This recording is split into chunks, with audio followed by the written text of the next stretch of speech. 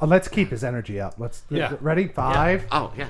Are you ready? Are you Yeah. good? This never goes away, by the way. You're good. And this isn't even on cocaine. We'll get there too. Please share. Yeah, I think I just heard like the opening. Thank you for that. You're welcome. I'm glad I got the please share in there.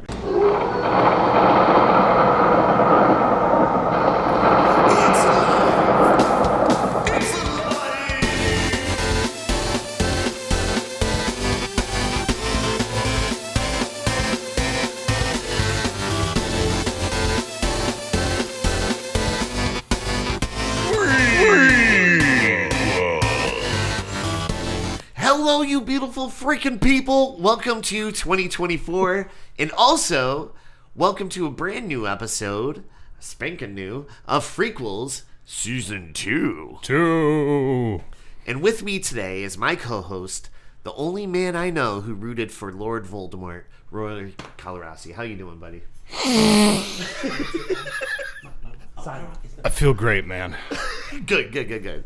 And, of course, as you know, the podkeeper himself, fresh out of nap time, Vince Napoli, young Vince. What's up, buddy? Let's crack a lag. What's the nap into Napoli? Putting the nap in Napoli. And, last but not least, our first time guest and first guest of the new year and new season, movie buff and Sylvester Stallone's #1 fan. Don't say that because the FBI has a file on him. Joe Petitto, what's up, buddy? What's up, pal? How you doing? I'm doing great. Thank you for letting me come on the show. I love it. I'm like so excited. It's not even funny. Yeah, now we've known, Rory and I have known Joe for at least 20 years now. Yeah. Yeah. Is that crazy? I started Cinemark in 2003 and you guys came in right after. So it's like 20 years theoretically that we know each other. Are you a projectionist? Were you? I was a projectionist at Cinemark. Did you do the film and all that stuff with the platters and all that stuff? I had my projection license. When did you start? I actually started. I ran the theater. It was the Discount Theater up in Carbondale. Okay. Up near the No, I know. Yeah, I ran that for a while. Until the scandals, right? Until the scandals, yes. That's another story. Another story for another time. Yep. Again, we'll talk about that off air. But yeah, then I went to Cinemark in 2003, started in projection, and then I started doing Usher, which then I believe you started first, EJ, correct? No, Rory was there first. Rory was first? I met you through Rory because I didn't work there yet. Give me a year. I started in There were horse and buggies involved. Yeah. 1903. No, seriously. Year of our Lord. No, 2003. I started in 2003 in March, but I think I started I think it was 03. 03 or 04. I remember Return of the King had come out. And I was quite excited. Then it was 03. Yeah. So 03. That's how I remember when I started Cinemark. By 05, that's how I had two movies. Because then by 05, you and I were close. Because then we kept sneaking into every time they showed the Revenge of the Sith trailer. You and I just packed up and went to the theater. A lot of work. It'd be a lot of work. And just, where's Rory and Joe? They're watching the goddamn trailer again. To pontificate about. Exactly. Yeah. Yep. And then I met you through Rory because I didn't work there until 2008. Right. So right. but you were a late bloomer. Yeah, I was late to the late to the game. Yeah, we all worked there until the scandals. Yes. Of course, yeah. I believe her name was Bonnie. We'll edit that name out. She's probably dead. It's fine. Yeah. she's long gone now. Well, you shouldn't ask too many questions, Bonnie. Exactly. That's what happens. How did those posters wind up in Joe's trunk? Don't ask questions. But yeah, no, I'm so excited to have you here because first of all, you're one of the most fun people to just talk to. Joe's energy from the start. I love this. Yeah, so this is Vince's first time meeting. And I'm clean today. No cocaine. Okay, good. I like that. Well, let me rephrase that. Barely any cocaine. Okay. Barely. Yeah. Very little cocaine. Yeah, very little cocaine. No, at home, it looks like the end of Scarface. No, you got to bring the energy, and you brought it. Yeah, I appreciate it, man. Yeah, no, we appreciate you coming on to the show. I'm glad you guys have me. Film is my life. It's been since, again, I'm that stupid story of a 5-year-old who saw Star Wars and just went, "Oh my God, I've seen Jesus Christ." I can do this. I can do this every day. That was it. Yeah. You reached Nirvana at a very... Nirvana at Can I ask you a 5. question? Yeah. What was it like to sit in a theater with Jesus Christ? He's pretty cool. He's pretty damn cool. He's like, he this movie's pretty rad, huh? I mean, he's the coolest Jedi. I granted miracles. He's the coolest Jedi ever. I mean, he has a lightsaber and can use the Force. I mean, it's pretty cool. He guards water, one, though. right? You know, it's cool. Yeah. It's all good. First Jedi. So theoretically, yes, the first Jedi. Yep.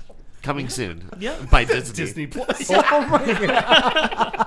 So let's The young Obi Jesus Kenobi. Yeah. So let's talk about the movie today that you actually picked, Joe, right? Correct. Yes. Joe Yeah. picked out this movie. Yes, and I was did. so excited that you picked this movie. Yeah. 'Cause we were messaging each other. Yes. And I think, tell me if I'm wrong, I think you were nervous like choosing that movie. I was Because I was getting a little first- bit of a thing, and I'm like, holy shit, you're picking Psycho 2. I'm so excited. It was. You had asked me about Krampus, and I never saw it, so I didn't. Banger. Want to come Check it on. out, though. But I yeah. definitely will, but I didn't want to come on and talk about something that I, of course, didn't see. So then when you said, well, what are some suggestions? I'll take ideas. I don't want to be imposing on your show, so I'm just like, I don't know. What should I do? And then I don't know. For some reason, Psycho 2 just popped into my head. So I've this always was loved it. And then, thrilled me. well, I know, because again, as I said to you today, you and I, of all of us, I think you and I are more like the most similar with our taste of things and stuff. So Sure.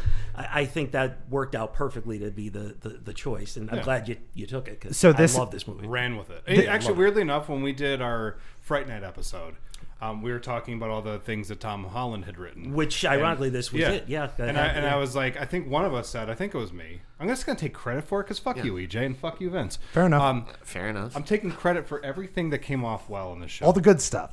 You know, Not even the like bad when stuff. the funny jokes are made, it's because I'm doing their voices. Right. Yeah. Okay. That's and this true. is basically your show, right? Yeah, I mean, I don't need these guys. Fuck the two of you. All right, I'm It's just. for a show. No, I actually second that. It's actually the Rory Colorossi show featuring Freakquels, Vince, and EJ. Oh, okay. In all He's got seriousness, headline, in all yeah. seriousness. No, So this was his idea, Psycho 2? Yes. He chose Psycho 2. Rory accepted. I was very pumped about it. Yep. And for the record, couldn't do this show without you guys. I Aw. love you so much. Eh, I really do. No, I seriously do. I get so excited. But anyway, yeah, we chose Psycho 2, and I remember on the Fright Night episode, I believe I said this. Which another fantastic film. And I remember saying that we should down the road do a Psycho 2 episode. Yeah. So if this is his idea, sincerely, thank you. You're Yeah. welcome. Okay. You're welcome.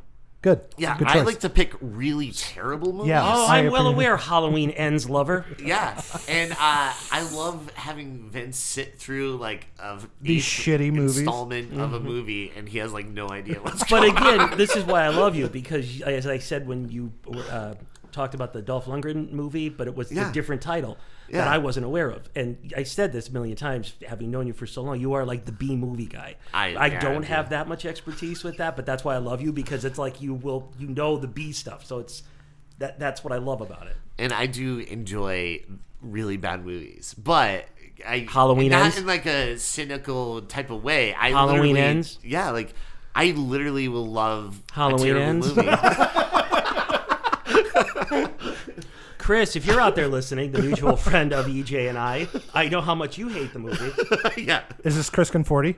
yeah, Yes, Okay. he hates the movie as much as I do. That's how we became friends, Hey, over the hatred of EJ. this film. yeah. I like Halloween Ends. Thank you. Yes.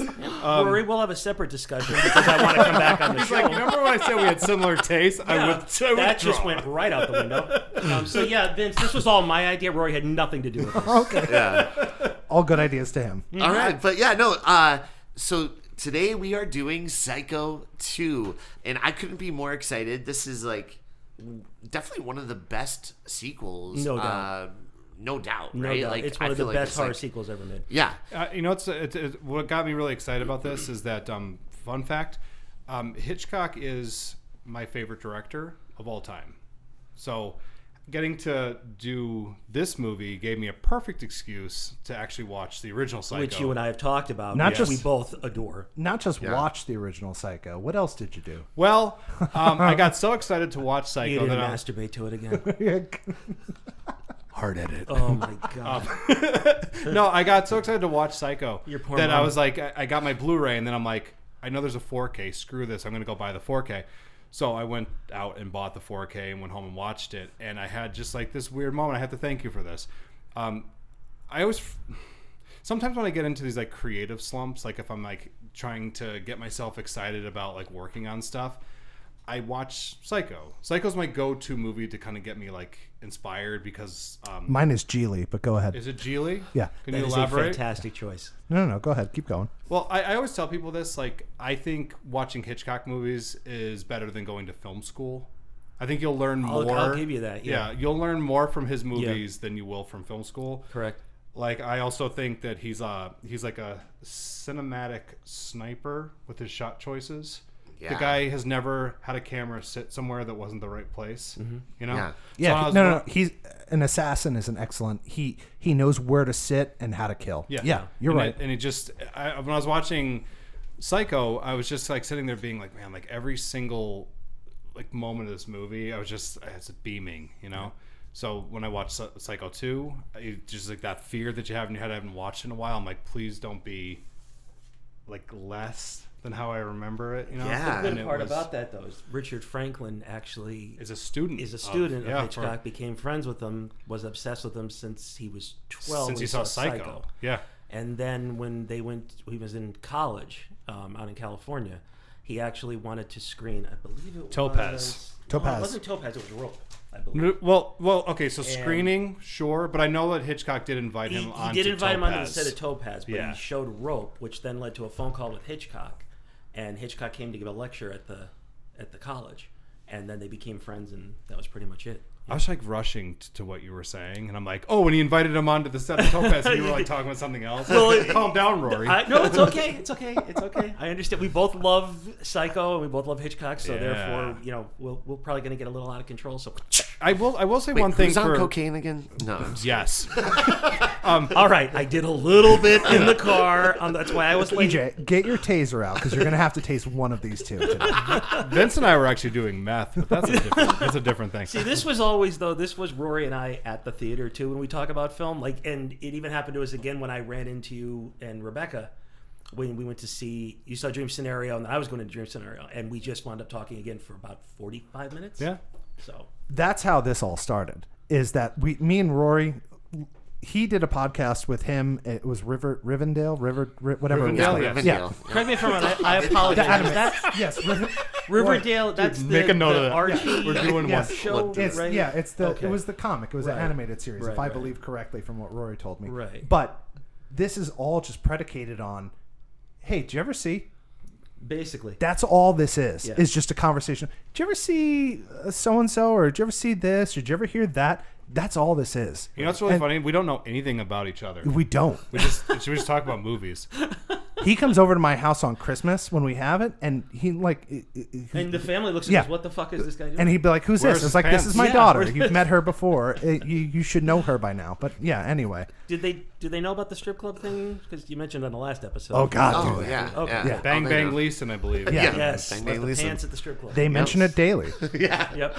But By the yeah. way, EJ's performing at the airport. Yeah, at the airport. Now Tuesday. coming to the stage. Gate 12. Dances for nickels. Yeah. We're not in any club, it's just at gate 12. The genetic cesspool of a Volca airport. Sorry. No, Oh, that's why I love you so much. yeah, so, let's get into the breakdown of Psycho 2. So, Psycho 2 starts off with a nice little callback to the first film, showing the famous shower scene with Janet Leigh, who plays Marion Crane. And it's a great way to start a sequel, 20 years later, because it's kind of like, okay. 22. Yeah, and it's like, here's like a clip from the first movie, just in case you forgot how great it was, and then And also the moment that led to him being institutionalized in a lot of ways, because that was the thing that's got the ball rolling. To right, get and put away. escalated. Not to Yeah. mention that it took 22 years because they were unsure whether this is my BTS that I was reading, is that they weren't sure whether or not Hitchcock wanted to make this, and they needed his blessing, but he had passed. So they had asked his daughter if it was okay to make it, and she said yes, he would want this made. Pat Hitchcock, was that her name? Patricia Hitchcock. Patricia was Yeah, actually because she's in Psycho. Yes. Yeah, she's actually Vertigo too, or not Vertigo. I'm sorry, The Birds. The Birds, yeah. She's in The Birds. Yeah. Oh, by the way, side note, Right after I got done watching Psycho 2, I was like, you know what I need? The 4K of Vertigo. I have Vertigo on 4K. I'm not upgraded to 4K yet, but I have it. But the Blu-ray looks fantastic. But have you ever seen Vertigo in a theater? Yeah. I have. Yeah. It is absolutely. If that was you my two first could stop experience. touching each other I'm sorry. during Sorry. this, We'll move on. I'd appreciate it. Moving on. EJ. We will put the Yeah. Hitchcock erection. So Put your we see Hitchcock this away. famous Your scene, Hitchcock away. and as soon My as Hitchcock is bigger than yours. New name for the podcast. yeah. So we Hitchcock. Yeah. We see this famous scene, and then it cuts right to the credits, and I actually forgot how stacked like this movie was because I haven't seen it since I was like a little kid in like 1992 or Vince's whatever. age. Yeah, and so This came out the year I was born. Yeah. It came out in '83, and I was born in '83. So yeah. Yeah, and so I saw this as a kid, and I was like, oh. Dean Cundy did this? Yeah. Yeah, that's one of the coolest. Insane, right? It's and one of then the most underrated cinematographers. He's probably one of the all best time. cinematographers. Jurassic Yes. Park, ever. Back to the Future, Future, Halloween. Everything The John Carpenter. Thing, Escape right? from, Yeah, The Thing, everything Escape John from New York. Carpenter. Yep. Yeah. And so, like, he literally, I was like, what? I didn't even know, like, he was, like, the DP of this. And then it's like, boom, Tom Holland, writer. I'm like, oh, I didn't know that. And then it was like, I learned all of that. Tom Holland in this, and then Tom Holland Fright Night, and all of that, Yeah. which is just fantastic. You literally have Yeah. a group of people at the beginning of their game. which I is love awesome. because it's essentially It's like a super team. yeah, just encouraging each other to be Yeah. creative and be awesome. Yeah.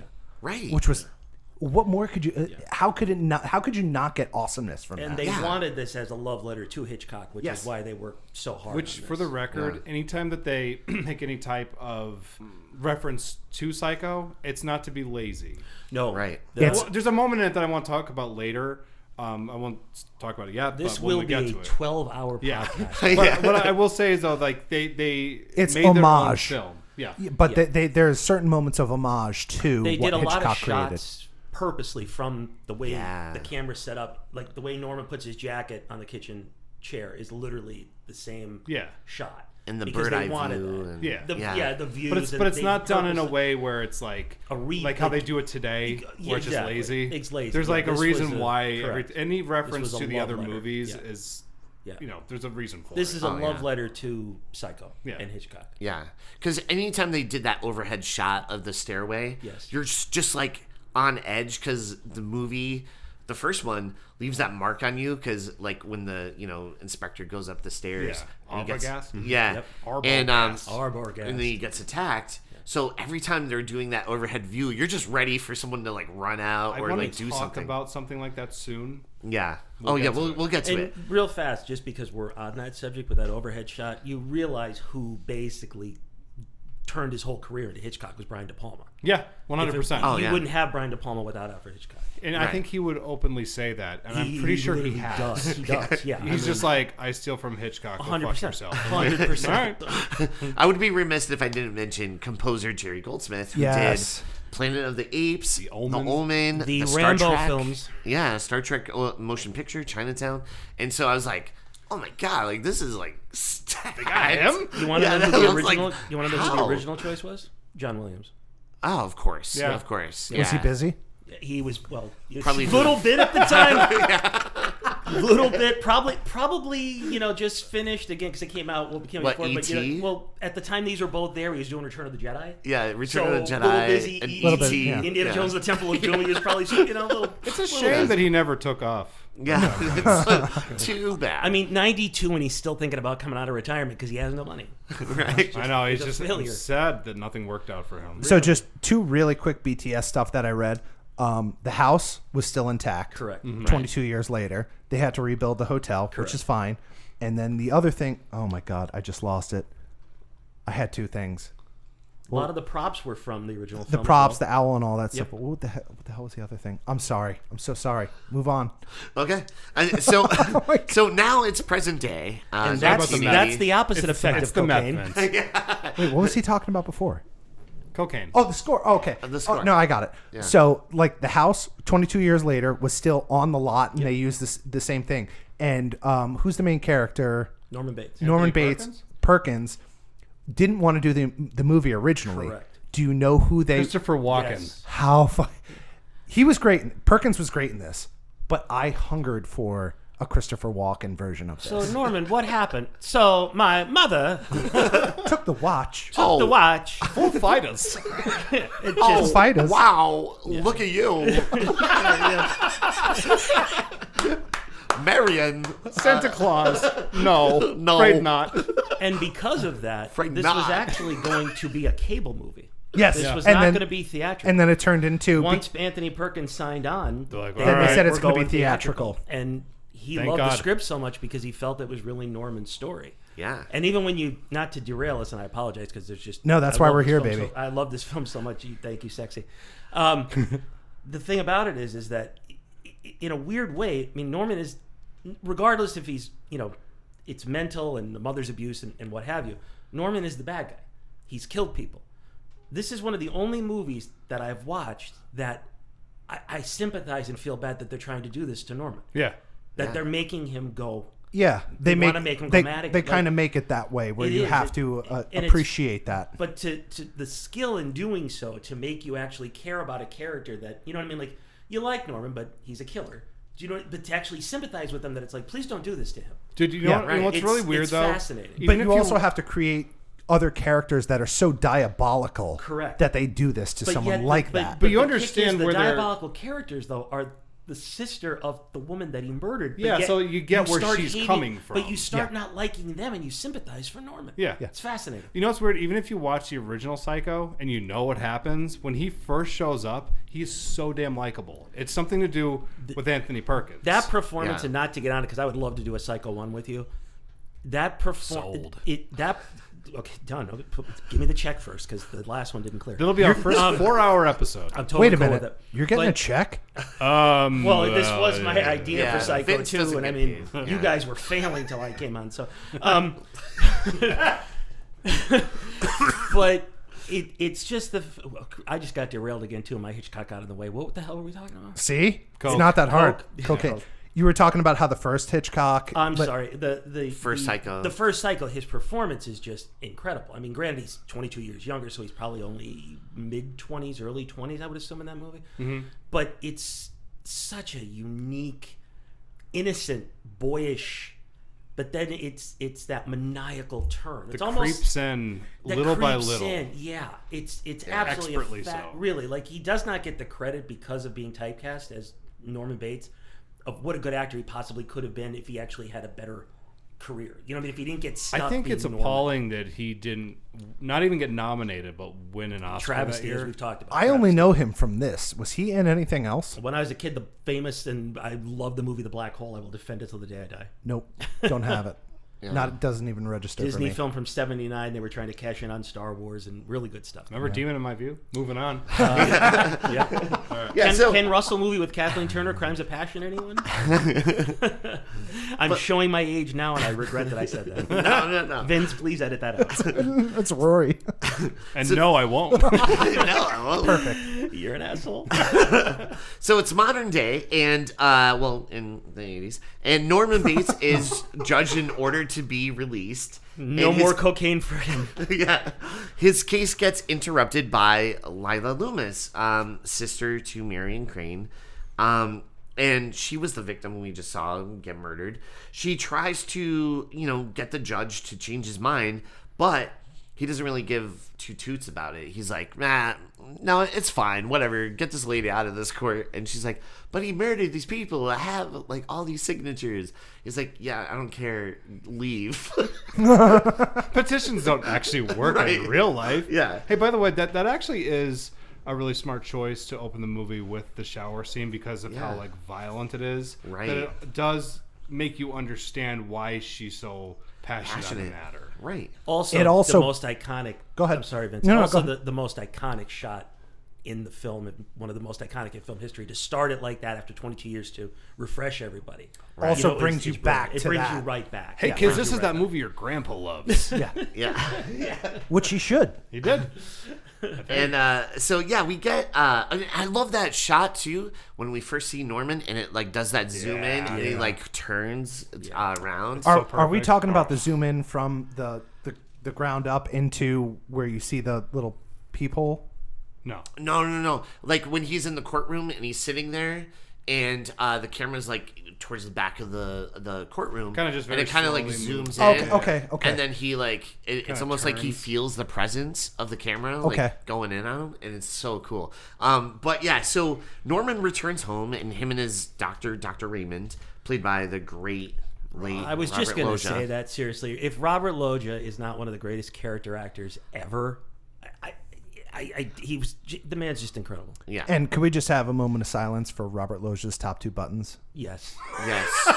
Yeah. They're gone forever. Yep. We're never going to see him again. Never. That's it. Every That's movie it. he's ever been in since then, 2 friends we wanted to see leave the party. 2 buttons gone forever. So Norman returns home with his Dr. Raymond, and they make their way up to the house, and Dr. Raymond kind of helps Norman get settled in. And I love seeing like the interior of the house. It's been like 20 some years or whatever, and so I think that was a cool So payoff. melancholic. Yeah, like I think it's cool for the audience too, because it's like, man, the last time we saw the interior of the house is like when the inspector dies and all the horrible stuff happens. Even walking Fast. up to the house Yeah. itself is a character of the It's film so because iconic. it's so iconic. Yeah. The Yes. steps and just the way that when Norman's going up with the groceries, just looking at it, and you're going up the stairs with that tracking With a camera behind with a you. random ass bag of groceries. Right, with that had total cereal in there, by the way. I saw that too. Yes. But the way that they open with that, with the silhouette of the house, where it almost looks like it's a cutout, Yes. and they have that super orange, like almost amber behind it, Yeah. and then it slowly fades in with the daylight and the sunrise. It's beautiful. And like Time I'm is not passing. I'm not joking. I honestly thought it was a cutout silhouette, and then when the daylight comes in and you see the forefront of the house, I was amazed by that. I had to go back and I'm not joking. I watched it 2 times. And So for I the watched it- children that are listening to this podcast, this is why CG is not the best thing to do with everything. It's called practical, kids. It's practical. It's beautiful. It's called filmmaking. well, Practical It's is filmmaking. magic. well, Yes. It really Yeah, is. you're right. Yeah. I think that we say that CG is to enhance. It's a tool. It's a tool to enhance, but practical is the way And to go. not to get off always. on a tangent, even though that is true, George Lucas said that, though, of the prequels, and he lied to himself. Yes, he did. Yeah. Yes, he did. Yeah. Yeah. We're sorry, George. No, we're not. Fruit basket. So Dr. Raymond, he's like, okay, Norman, you have Mr. Toomey who's running the hotel now, or motel, and but I did get you a job at the local diner, and you'll be starting there, and so. And keep in mind, it was Norman's choice to. The doctor actually didn't want him to go back to the house. That's Right. Norman's choice to want to go back. Yes. Yeah. Yeah. And so at the diner, Norman meets, the diner crew, and they like waste no time and immediately put him to work. Did you find it weird when it got into the diner and that truck driver was beating You up have Clark to Kent? stop saying, "Do you find it weird?" Right. Because when you say do you find it weird? It's a tell We for know, us. yeah, we we know know. where you're going. you try have to again. come I up with love something it. different. I love Hey, let me try it again.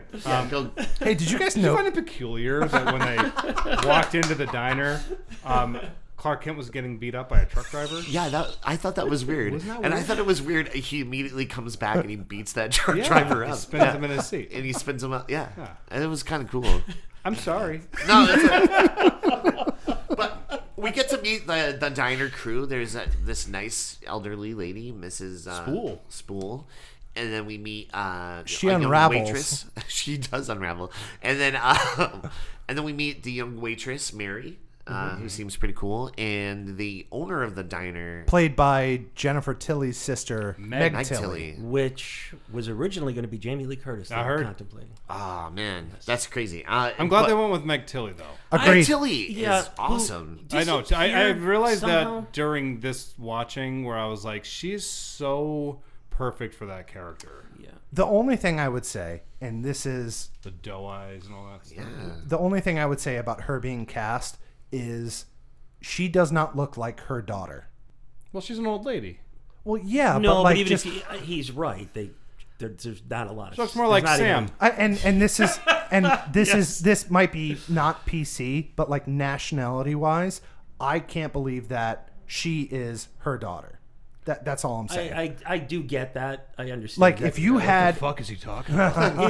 it would be called fuck are casting, you kids. saying? It's not Thank good you. casting. I'm Joe, you're canceling going to stick Freak- around for a while because you're agreeing with me. Again, just You Vince.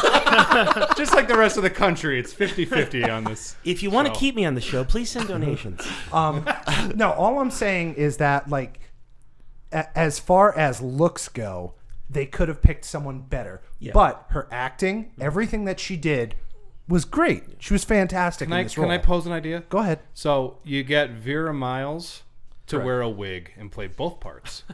Okay. Wouldn't you Yeah. like that? Yeah. But Just she's supposed to play that same age? yeah. But okay. Just based on looks alone, Meg versus Jamie Lee Curtis. Who looks more like her daughter? Jamie Lee Curtis. That's all I'm saying. That's it. We can move on. Go But on it from would be here. a good her thing, niece, though. It'd be her niece. Was it her niece?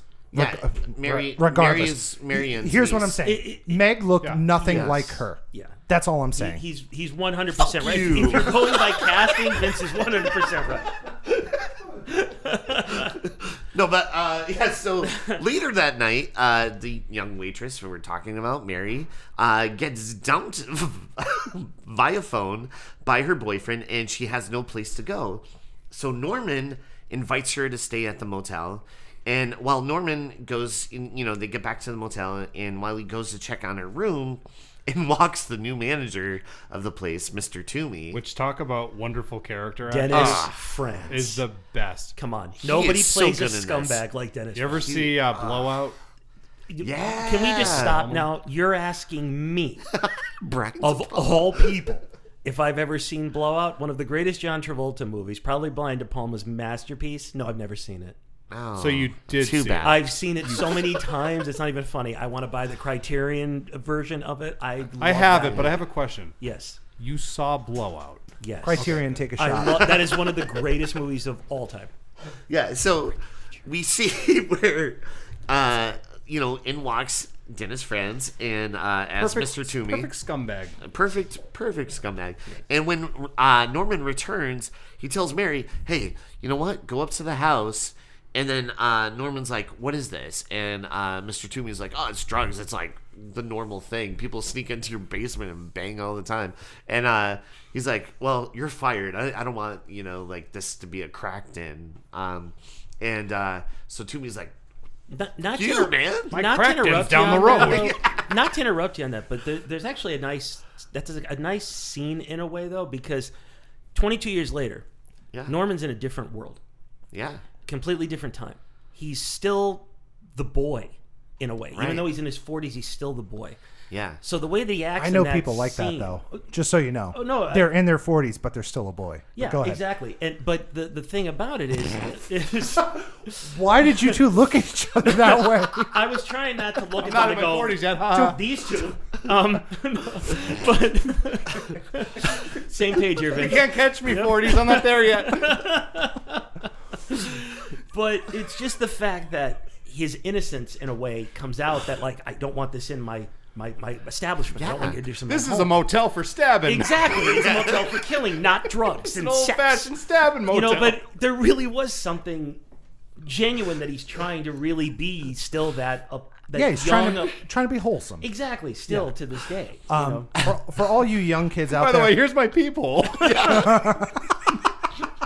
I found this crack in the shower. Where's the blood like I like?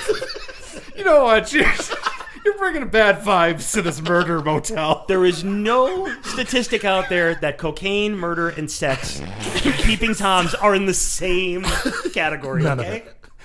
Ask your quiet politicians. Yeah. before you go on, I just want to let the kids know, all the kids that are listening, all three of them, mid 90s. Hi, Mom. There was a controversy with Dennis Franz. Is it Dennis Franz? Oh, Franz? with the NYPD Blue on in his NYPD butt. Blue, where he showed his Yep, butt. yep. That was a fucking scandal in the mid was. 90s. It Yeah. was. It was a scandal. Yeah. They're like, whoa, he showed his butt? Yeah. And they said, didn't they say shit or They something said like? shit. I even they said believe- shit on national TV, and they showed his Yeah. butt, which was a fucking scandal in the mid-90s. You know, it's like somebody gives you a bar of gold and you complain about it. Right. That's what that is for me.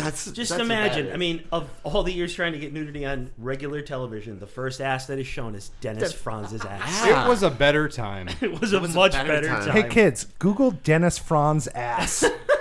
Just so you could see what we're talking about. Or horrifying. Yeah. So Norman goes up to the house, and he's sort of surprised to find Mary sitting there in the dark alone. And she's like, you know what? Maybe I overreacted. I'm going to call my boyfriend back. And this is sort of like a hilarious scene because as soon as she like calls and makes that call, she comes back to the kitchen. She's like, well, someone already moved in and he's already dating somebody else. I'm like, this is like an hour. Like this guy moved on. It's that fast. It's the story of my life. What's funny though is that she's kind of playing a part. So there's like no one That's- on the end of the phone. So Yeah. she's like, come acting on, it out. Scott. Yeah. Just So it's like dead air. yeah. Blah blah.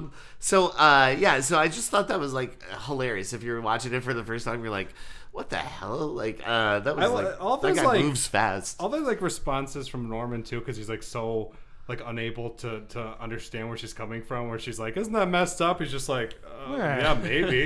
Yeah. Did you notice that? It's just- Perhaps. yeah, every time she like asks him a question, it's like he doesn't commit to anything. And she's like, "I don't know, maybe." But yeah, no, I thought that was hilarious. So Norman, he kind of starts to begin to like creep out Mary a little bit. And I wouldn't even say creep out. I would just say make uncomfortable. yes, definitely. Because when you say creepy, it gives me the vibe that he wants something physical or sexually or something like that. Where I never felt that about him.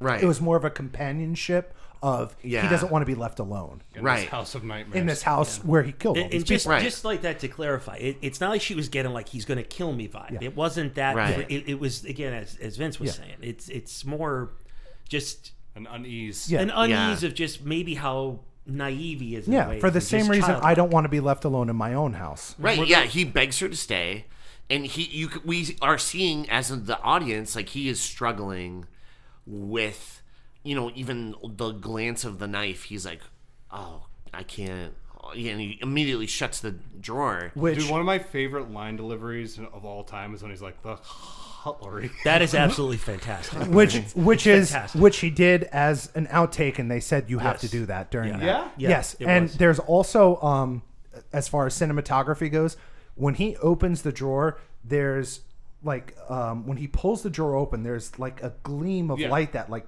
beams That was a across choice. it, which is just Beautiful. shit like Just that so is good. just beautiful to me. Yeah. And like stuff like that, and I could never explain it to like my wife, and I was like, "Did you see that?" And she's Yeah. like, what? He opened the drawer? I'm like, no, never mind. Oh no, never mind. But it's I wish just that's like, what you were talking about. Like you were just amazed by like mundane see things how in the movies. drawer- Oh my god, they've got like wooden drawers. yeah, but yeah, shit like that is little pieces of that is what makes these movies great to me. And It's that's he- what's missing from a lot of today's movies. Is stuff like that I grew up with. That Yeah. just made We're me just a gonna film CG lover. the Bates house into That's the basically what it is. It would be Yeah. CG. It just part wouldn't of even the be. Bates Motel universe. yeah. Cinematic It would be a universe. cinematic universe. It would just be awful. It By the way, I'm 40 now, and I get all of the Bates jokes now. Mm-hmm. So just watching this, I'm finally getting all of like my uncle's references, Uncle Sal's reference. Hey, Uncle Sal, Uncle Sal's references of him referring to me as Bates. And some of Sal's actions. Moving on. Yeah.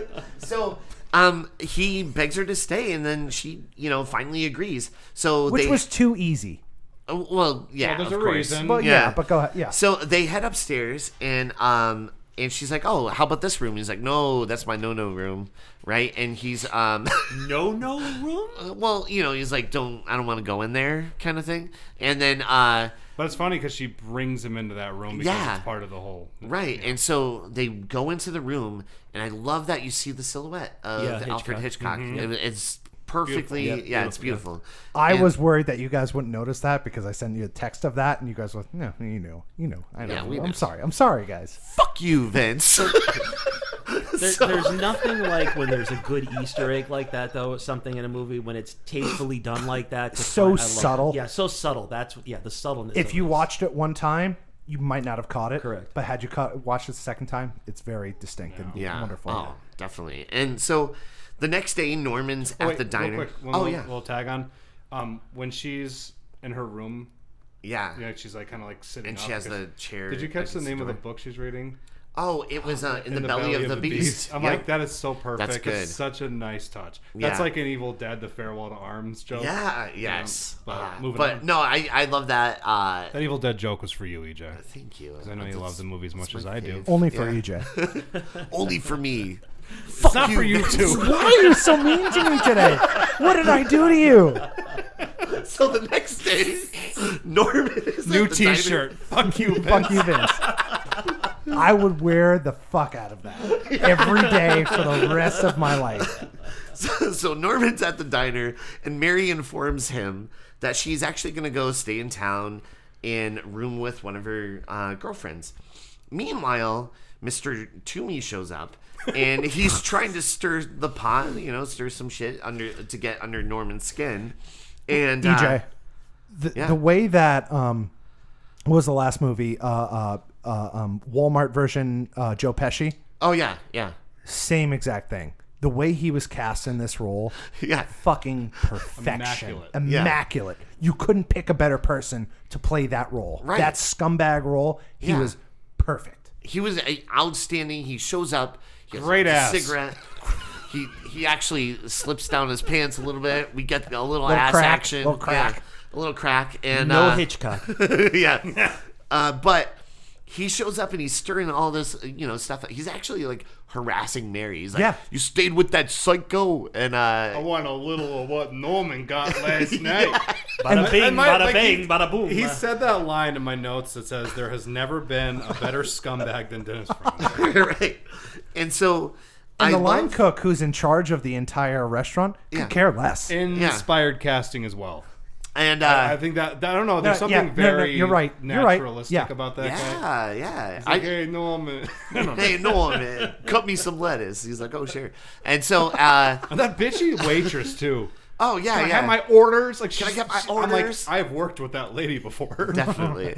Just doesn't want to be there. Yeah. And Norman's like, oh sure, and he's so nice. I know. Such a good boy. So anyways, Norman busts through the door like he's like Captain America. I love that when he busts through and he's like this. Not before horribly burning the the that shot, that overhead shot. He's just grabbing his arm, screaming. I'm like, I know it's horrible what happened to him, but I had to pause the movie because I was laughing so hard. But and then eventually Norman, he's like almost on the verge to grab this knife from like the cake. dessert, and. But then he kind of like collects himself, right? And he just goes back through the kitchen door. Correct me if I'm wrong. This is when he sees on the spool. The note yeah, from the note. So, M. Yeah. It said pick up eggs, Mom. Yes. I feel like And kill that whore, Norman. don't let her in my house On again. your way home. I feel that he's always fighting the temptation. Always. Yeah. There's no doubt. Yep. So from when the first movie ends to where he is now, the temptation never ends, and he's consistently fighting it. Right. Well, that's healing, man. Well, That's yeah. like when you're fighting something like that. It doesn't just addiction. magically go, That's why I can't Wait. get off the cocaine. I know. It just constantly. Wait. Joe's nose is gushing blood right now. Joe, he knows. So that night, Mary stops by Norman's, and she's like, you know what? I can't stay at my girlfriend's house because the boyfriend sleeps there every night, and they pretty much bang in front of me. You don't mind if I stay here because they're, he's like, loud? And she's like, yeah, loud. You're not kidding. Yeah. So Norman agrees to let her, crash there again as long as she likes. Later that night, Toomey is outside making a ruckus, and Norman hears his drunken rant. And he's like, oh, this guy, And so we cut into... This was after Norman has already fired him. Yes. And so Toomey is there to get all his stuff from the manager's office. So Toomey is inside the manager's office, and he's like packing up his suitcase and Got to take his ashtray. right, and grab his ashtray, and that's when he gets attacked, and I love his face and how like it gets like the slashes and but like even like he looks so frazzled and frightened and like it's such a cool look. Like it literally is like iconic. Yeah. My wife literally guffawed. Yeah. Yeah, she made that sound This is because it was a nice cut. Yeah, Yeah, it was like as far as effects go, that was like it wasn't over gory. It was just Right. a nice. That motherfucker got cut. yeah. He did. That was the thing. Before we go a little further, that was the thing too with the movie. In the '80s, of course, it started to become about gore, How much blood there how can much be. blood, how much nudity, all that stuff started to become big. And the thing about this was, even though it was early on, because it was '83, they did it. With a subtlety. Tastefully. Yes, tastefully, subtlety. exactly. That it wasn't overdone. That we're actually talking about. Wow, that was really done well. Not it was just a ton of, just craziness. Right. It's TNA over the and top. blood. It's kind of Yeah. effective. There's something about restraint and your horror that's Yeah. like really powerful sometimes. And I want to say That's the smartest thing I'm going to say today. That was brilliant. No, I agree with that. I feel like it's not so much about seeing the monster; it's about feeling the monster. Correct. Yeah. And so your imagination is it's It's much like watching scarier. Seven. Yeah, it's like much yeah. scarier your imagination than actually seeing the ghost or Some whatever. of that could have been due to, I don't know how you guys feel about this, but I mean, we watched enough movies that I wanted to see if you guys picked up on it.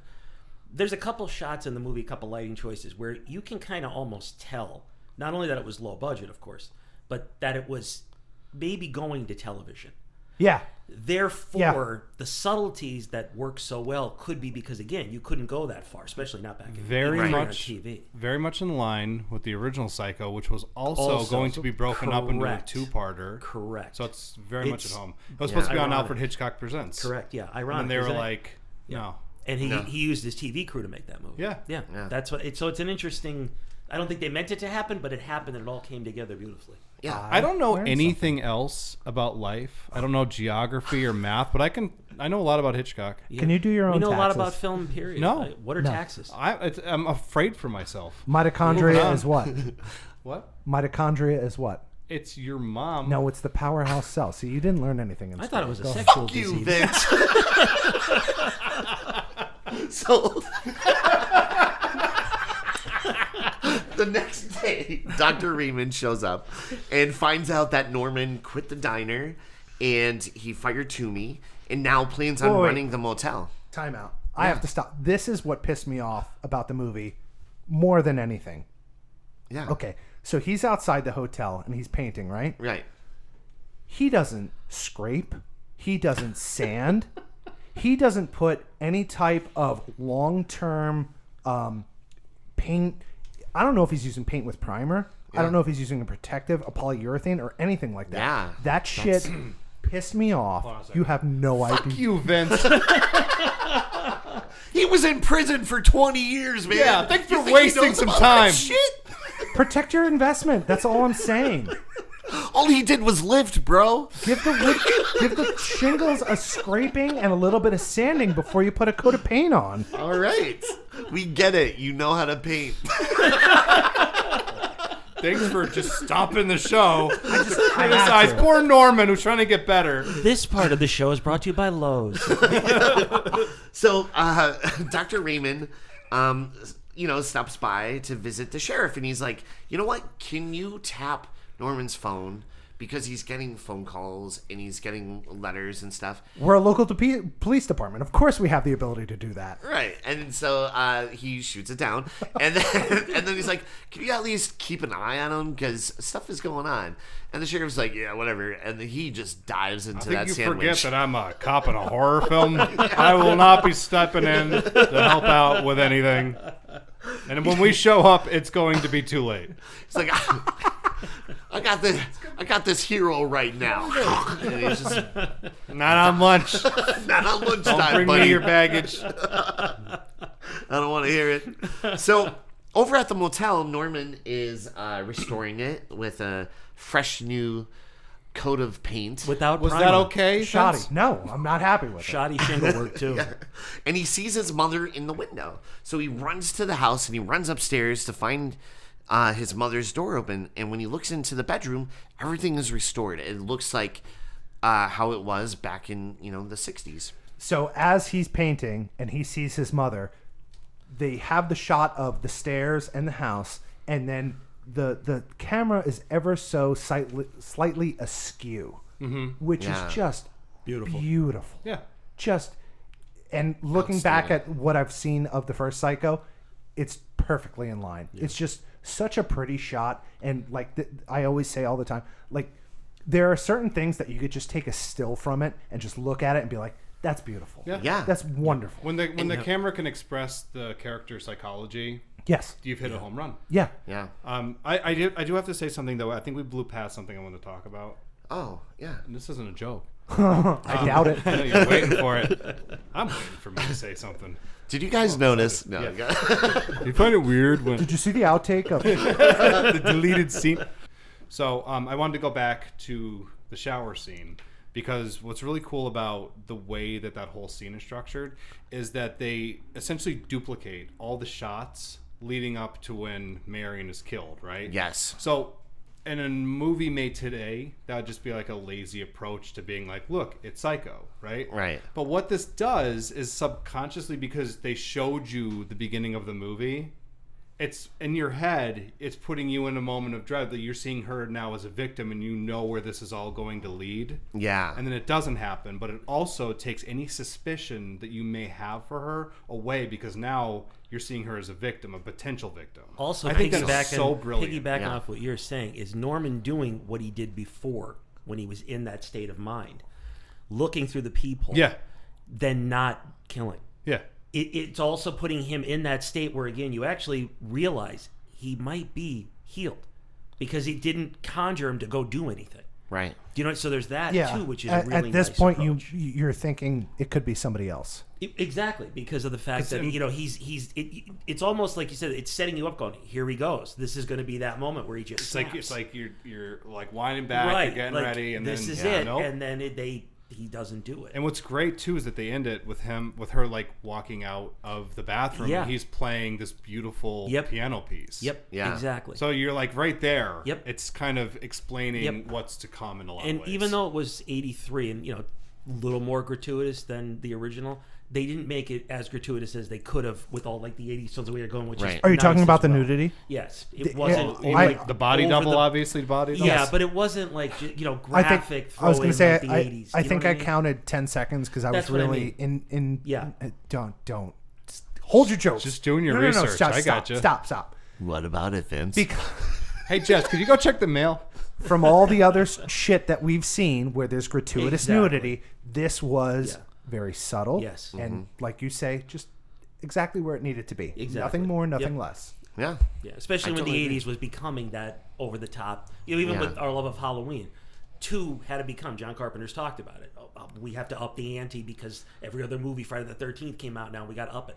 They didn't feel like they had to up anything in this. It was like, no, we're going to make it modern, but we're going to keep it Honor the source honor material. exactly Yeah. like the original. You know what I mean? By, again, showing a little bit, but not gratuitous that it's just ridiculous.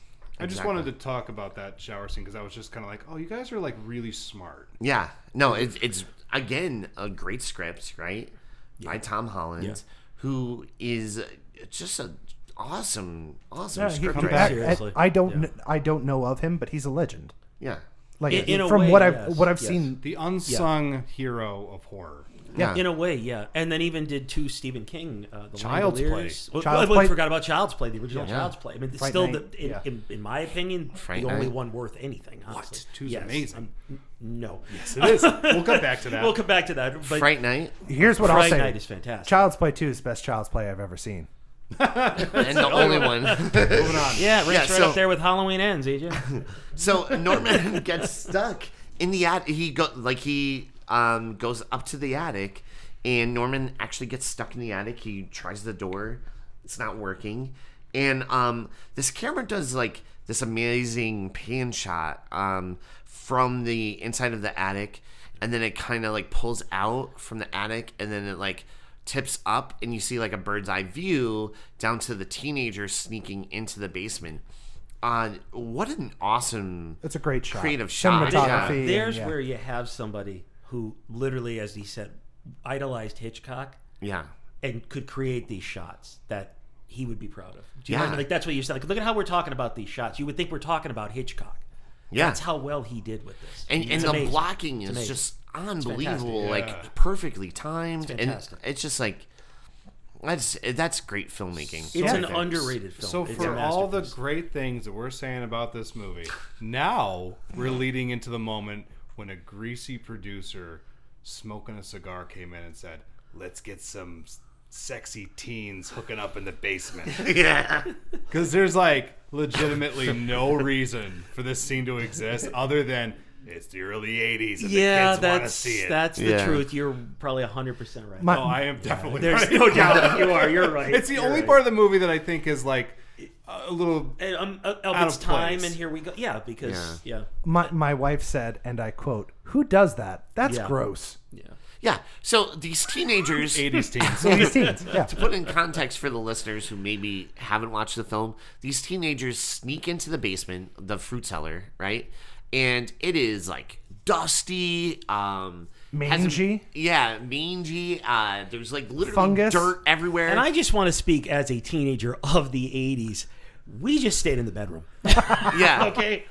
yes. And so Misguided producer again, smoking Yes. the cigar, like You- get it close off. Yes. Yeah. You made out on the floor next to the bed, not on the bed. Exactly. Nice. Yes. So yes. they have Good this callback. like Yes. roll out kind of like mattress thing, and Yeah, I don't even. Yeah, and it's like covered in dirt. He's like, "Hey, baby, let's smoke this." So they light up like a Can you joint. please do that again? Hey, baby, let's smoke this. And so he lights it up, and she's like, "No, I already had too much." And then he's like, "More for me." And then he starts smoking it, and then he just puts his hand in her shirt, yeah.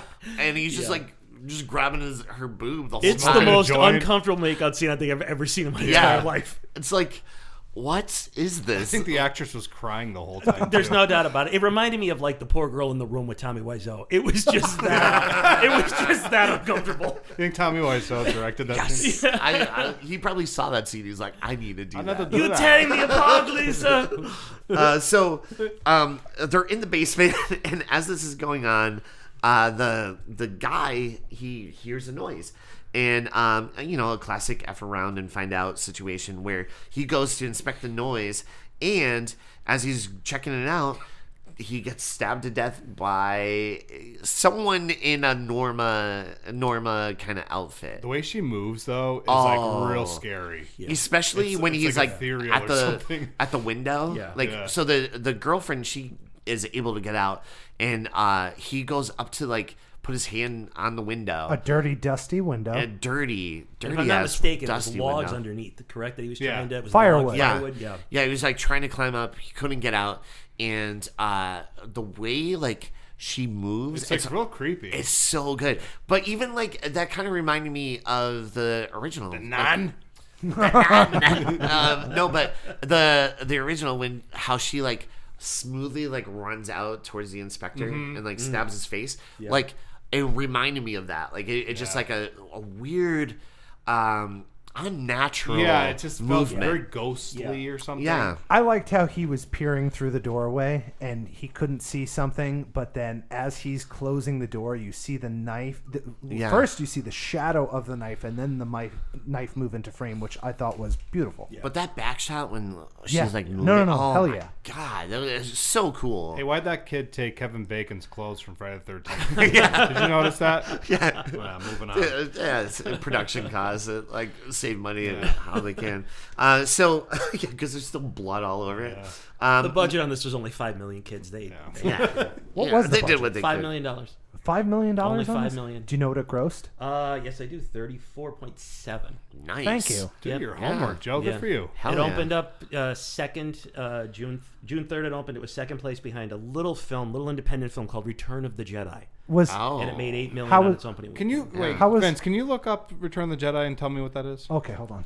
It's this independent, like really small director. All right, let's see if George this- Lucas, I think his name is. I'm gonna Yeah. see how this worked out. Some for guy them. who never Yeah, popped. yeah, it's a movie about like I don't know. So laser swords. this was 2 behind it. It opened up June 3rd, and Jedi came out that Memorial Day weekend. So it opened up to number 2 with 8 million. So I would say, had Jedi not come out, this might have been It would bigger. have been one. Correct, Right, but not to get derailed, but that Derail year, the hell out of us. Okay, that year alone, the top 10 movies alone that year, right, were Return of the Jedi, Terms of Endearment, Flashdance, Trading Places, War Games, Octopussy, Sudden Impact, Staying Alive, Mr. Mom, and Risky Business. So why was Jamie Lee Curtis not in this movie? Trading Places, probably.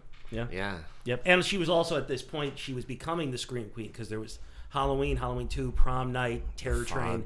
So basically, Trading Places was her way to get out of the thing, which is what that kind of entrapment of being the Scream Queen. And that's why, as you guys might not know, but of course, when I was a kid, I was like, oh my God, Jamie Lee Curtis is nude in this because she was trying to break away from The horror genre. Yeah. Yeah. Joe is so good at this. I put my feet up. Thank you, Vince. Would you say that that weekend the kids chose their father and not the mother? I can only speak for myself that I chose the father over the mother. Yes. Yes. Yeah. Quality. Yeah. You don't have this was like a year because then, not to derail, but other films that were just out that year when I looked it up again were Scarface was that year. Yes. The Outsiders. Another Robert Loggia joint. Yes. The Outsiders. Videodrome. A Christmas Story. The Right Stuff, and The Big Chill.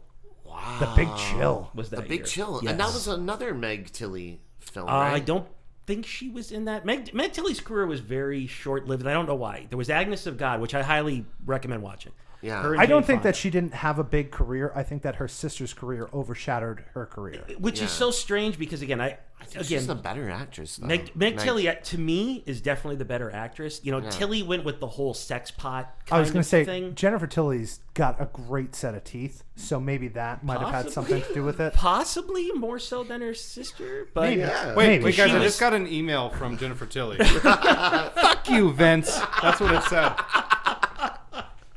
Moving on. But My Psycho, teeth. Psycho did gross $34.7 million on a $5 million budget, which That's is really awesome. good for slasher bucks. yeah, Yeah. very good because Risky Business being the 10th movie of that year was $63 million. So Oh, that's wow. not bad. That's really good. It's not bad. Yeah. So yeah, like we thanks for all those Yeah, thanks for awesome all those- stats. Yeah. Make it sound like we know what we're doing. Many years of being alone, gentlemen. So no, we see this, kid get murdered. His girlfriend actually gets away, and then we find Norman. He's like waking up, and to the voice of a mixture of his mother and also Mary. Right? It's a really cool sound design that they do. Also very there. telling of what's to come. Yes. Right. It's almost And- like a weird hint. Yes. And so Mary finds Norman in the attic, and he tells her about him getting locked in and the note and the bedroom, but none of it checks out with Mary. Like, he's like, oh no, look it. And then everything is back to the way it was when Mary saw it. There's no note. The bedroom is still a mess. And there's no lock on the door. And so she's like, yeah, what are you talking about, Norman? And then, boom, the sheriff shows up, and he tells Norman and Mary that a teenage girl says her boyfriend was murdered in the fruit cellar. So they go downstairs to check it out. The sheriff is telling Mary, a little And correct history. me if I'm wrong, the sheriff is the exact same actor from the original. No. Was it not? No. Okay, I thought it was. I apologize. Yeah. And You but just lost all your cred, Joe. Yeah. Whose part did Joe Tom he- Holland? he screwed mentioned- by the sheriff. No. Actually, the sheriff does mention he was only like a deputy Yeah, or at the something. time. Oh, okay, at the time. In the The original one looked like he had one foot in the grave. He said True, he said that yeah, I think very when they true. were pulling the car out. What was Tom Holland's character? Played the corpse in this movie. What? Oh, yeah, I forget Tom Holland. Tom Holland was in shows this. up really briefly. Not Spider-Man, the writer of this, but Thank but you for Tom- getting our Spider-Man reference in today. Oh, you're welcome. And Tom Holland shows up at the sheriff's. I think that's when yeah, Lila he's comes one of in. the cops. Yeah. Yeah. But yeah, so the sheriff tells Mary a little history on Norman, but everything in the fruit cellar checks out. There's no murder in the basement, and Mary actually lies and covers for Norman's whereabouts, and because the sheriff's like, "Where were you?" And he Inexplicably to Norman. right, Yeah. and so Mary goes, "I was with him," so it's his alibi. Yeah, go ahead. No. I was pointing at him because I wanted his attention. Go ahead. Oh, okay. So at the sheriff's, Lila Loomis shows up, and she's asking why Norman hasn't been arrested yet, and tells him, you know what? Why don't you? He tells the sheriff, like, check the swamp, because last time that's where you would hide all the evidence and the travelers, like the car and all the evidence, basically. And so he's like, yeah. So she leaves, and that's when Tom Holland comes in. Yeah. Yes. Is this where the term "drain the swamp" came from? Fuck you, Vince. Speaking of Tom Holland having a little cameo in that, a couple little tidbits that were there, he actually studied to be an actor under Lee Strasberg, Yeah. which is hard to believe because then he didn't become an actor. Right. But at the actor's studio. Yep. Yeah, he He's went on to write a bunch of Just brilliant, movies, hard yeah. stuff. Okay, It's yeah. like legend now. okay. he was on a podcast and he was talking about his time as an actor, but it just never, like worked out for him.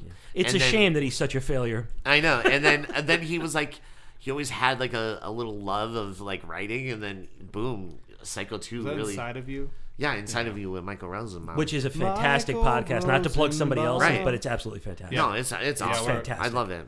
I actually just got to meet Michael Rosenbaum. Did you really? Did, but we're not going to talk about that. Okay, that's another. So Real fast too about Holland. Did you guys know? I don't know if it's going to happen, but apparently on October 28th of 2020, the year of the COVID, he announced an official sequel to Fright Night Resurrection. Oh, the book? No, he's supposed to do a movie. Oh, I don't know if it's going to come. I mean, this is already now Please 4 don't. years, but don't. I'm just saying he goes. It's going to, it's not going to be a part No, of. Tom- it's Tom gonna be a Holland, if you're direct sequel listening- to his movie. if So you're listening, Yeah. don't do it. Yes. I love you, Tom Holland, but just let your legacy be. He's Moving right. on. Just look Yeah. at the Star Wars sequel trilogy and don't Indiana do it. Jones. Indiana Jones, don't do it. Any sequel. Yes, that's come out. 100 years old. Don't do it. Moving on. well, this worked out. This was like 20 years later. This Yeah, was back when a they used to rare- make movies. Yeah, that's good true. point. Back yes, when they made movies, actual movies. they yes. made movies and not products. But go on. Yeah. So Thank Norman, you for saying that. Is it global? Will it sell internationally? It's the truth. Can we get someone wearing a Coke T-shirt? Yep. right. The global box office. By the way, didn't Joe, you matter have back Coke then. on your T-shirt. Oh, No, that's a Coca-Cola shirt. Oh, Yes. so sorry. I thought we were doing the Scarface podcast. Yeah, that's next.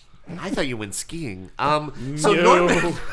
Norman is overcome with grief. It was a big hill, though. Big hill. about his mental breakdown, and Mary asks to go to the office to check something.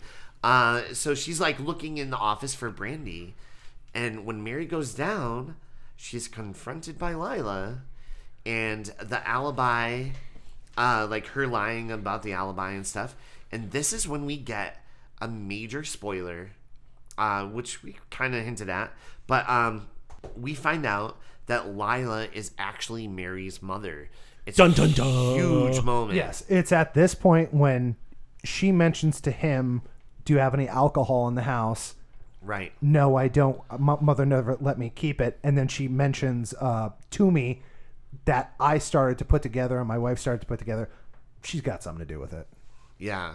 Yeah. And so when she goes down and we find that, revelation, right? It's amazing. It's so well done. So I didn't suspect it until 2 seconds before they revealed it. Right. I'm gonna say though, like Lila almost blew the whole thing because she's like standing outside yelling at her. She's going back up Yes. to the house. Like, isn't it funny if Norman's like, Oh, fuck is that? Lila Loomis? You Not guys to, fucking with me? not to mention that people that have been in the house said, "What was all the ruckus outside?" Yeah. Can you explain the ruckus? Can you explain the ruckus? So they're trying to get Norman, recommitted, but Mary doesn't think Norman murdered anyone. She's like, I don't know, Mom. I think there's someone else that might be like in the house or something. That, like we were saying before we even started this, there's Yeah. an arc to her where this is where she's peaking. Well, Right. do you, like I was thinking about it. My theory is that she knows what it's like to have a domineering mother. Oh, Yes. So I think she's. That is an interesting, fascinating analogy. Yeah. You're 100% dead on with that. So I think she starts to kind of sympathize with Yep. them. Yeah. Yep. Because it's like this kind of similar motivation, Yeah. right? And so the mother is pushing her and pushing her to If you do can- something. Yeah, and if Oh, you can like break your mother's hold, I can break my mother's hold, kind of thing. Exactly. Yep. And so Mary kind of is at this point like she was going along with her mother's plan this whole time, and it's kind of interesting because Not to derail you there. I'm sorry, Yeah. but my mind's going a mile a minute now that you said that. You know what's kind of a fascinating thing too? If you want to take this in another direction, possibly, Lila becoming this domineering mother probably wasn't like this before Marion was killed, of course. Okay, so in a way, Norman created her almost. He brought that out of her. He brought that out of her. So he almost turned her into his mother in a way. right. Do you see what I'm saying? Yeah, no, you that's know what I mean by interesting. changing her whole direction. Almost like if you want to say, terrible analogy, but almost like a Batman Joker thing with the Joker movie, the Todd Phillips movie, where he becomes like at the end when he basically becomes Joker officially, but then when he's talking to her and you see Batman, Bruce Wayne in the alleyway. So even though he became this, you just created that. You created the yin to the yang. Yeah. You became, you know what I mean? So even though there's evil out there, you just also created the hero that's going to stop it. Which is also The sins of our father. Exactly. So And yes, in a way, this he is created sins of our mother. her. Yeah, exactly. Yeah. He turned her into this almost like his mother. She's this domineering. We got to get him. We got to do. You know what I mean? Like you do what I tell you. So it's a fascinating study if you really break it apart. yeah, And it's you, all subtle. and Yeah, you guys it's are brilliant. constantly saying that these horror movies are children paying for the sins of their parents. 100%. Yeah, Yeah. Always. generally speaking, Yeah. a lot of times. And so we get this revelation, right? And this big reveal. And as soon as we find this reveal, it's kind of funny because Mary immediately is rejecting the plan now. She regrets right? what she's done thus far. Yes. And so it's kind of Hence, funny. like a Norman going, "Mother, I don't want to do it." Right. Do you know what I mean? It's Yeah. the same thing. It's fascinating. And so She's like suddenly wearing his heels. She's Right. in his yes. heels. Yes. Yeah. The mother's heels. Yes. So Mary goes back, and Mary suspects someone else, of course, in the house. And Norman is convinced he is actually succumbing to his old ways again. Like he is 100% Spiraling. like, I'm spiraling. It's happening. He's losing his shit. Yeah, I'm getting notes. I'm losing traces of time. I'm blacking out like I did before. I'm taking Like, phone calls. I'm getting phone calls left and right. I'm wearing My pumps. mom's on the horn. Yeah. So Norman is convinced he's succumbing to all of this again, and so Mary reassures him. What is not. Mary? What is Mary? He says something to Mary, and he like snaps when he's standing in the window and she's in bed. What is? Oh yeah. So Not you. Oh, no, he goes, not you, Right. as he turns to her.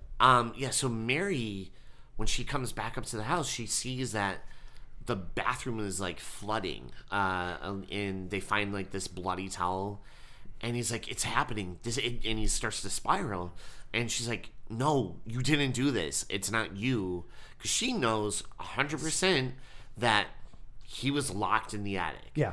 She doesn't tell him this, but she knows he didn't do anything. It's a weird Drano commercial. Yeah, it was. Have a clogged toilet stuffed with blood.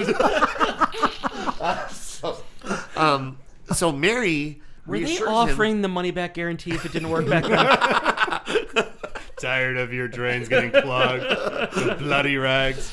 Oh, speaking of this, Scott. it reminds me of Cinemark bathroom. We're not going to talk about that. him. Yeah. Back to the scandals. Cinemark bathrooms. So Mary reassures him he's not losing his mind, and Mary goes to get her suitcase and arms herself with a gun. And she kind To of stop you real fast, did we miss, though, the one part, and I apologize, but I think we missed one of the most subtle parts that was so nice in the movie is when they're in the bedroom. That's my and she's favorite trying scene. to- in yeah. the This movies. is yeah. Is So, you get into that? I didn't know if we missed that, or but you get into Yeah. that's what I'm with you. That's probably my favorite scene Me in the whole too. movie. yeah. It's I so want, subtle we and need to beautiful. talk about so Yeah. Yeah, no, I'm so so- sorry. I just No, I you're good. was You're trying good. to keep track Be of where we're passionate. going That's with what I it. want. So that they're like looking around the house, they don't really find anything, and they actually lock themselves in the same room together, right? So Norman and Mary, Mary's like kind of sleeping in bed, and Norman is watching over her, and he has like this protective nature. If I was her, I'd be like, I'll take the first one. But Norman is, from the beginning, has this protective nature over Mary. And so it's even heightened a little bit more now. And this is the scene I was just talking about where Yeah. he's like, "Am I losing it?" And she's like, "No." And Right. he like snaps. Yeah. And he's like, "Not you."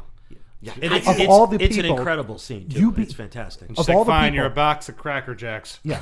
Just be honest with me. yeah. And she tells him like, "No, you're starting to lose your shit." Yeah, and I love the lighting too, because he kind of like steps into the lighting, which like emphasizes the reaction, and like it's so good. Everything about this movie just works. Yeah. There really isn't. It's like, a shame. It's a forgotten film in a way. It, Yeah. it doesn't get the Well, respect that's what it Freakquels deserves. is here for. 100%. We're gonna oh yeah. bring it back. 100%. So Mary, at one point, she's like, she's in the mother's room, and she looks into the people. Oh wait, one sec. Before we leave Yeah. that scene, do you know that whole part where he's like talking about how, and it's just like really heartbreaking. Like it's actually very sad when he's talking about how the doctors took away all the good memories of his mother. Literally, tears in my Except eyes. the melted cheese. Except for those sandwiches, Right, because you have to go back to that he was making the grilled cheese, because he's still eating just milk, grilled cheese, simple stuff. that Like He's a not child. making Like a complicated- 5 or like 6-year-old. Like a 5-year-old child, exactly. Yeah, the so he mentality, probably where saw he's his at. mom make him. But Yes. I guess that scene was written, like he asked Tom Holland to write that because he wanted to give like Norman more depth rather than just being like crazy guy. And that scene, I think about it all the time, like that music and that performance, it's so beautiful, and like it really humanizes him. And It I does, don't know. and that's what he wanted My with the favorite character. That's why he sequence. finally signed on, because it was Norman's story. But I'm with you. It also, again, it makes you also then sympathize with the killer. You know what I mean? Like Norman, like you're actually, like I said, you're on his side. You Yeah. don't want him to go down this road again. It's like, don't do this to him. That scene though, where she's just It's- like it's telling him to beautiful. like think about the good memories of the mother, and he's just like, the doctors took them all away. Exactly. It's just And like, oh god, that hurts. Yeah. He's so cowering when he's he's literally a child at that point. Yeah. He's literally a 5-year-old boy. Like Right. the adult, whatever adult is in him is completely gone at this point. He's a little boy.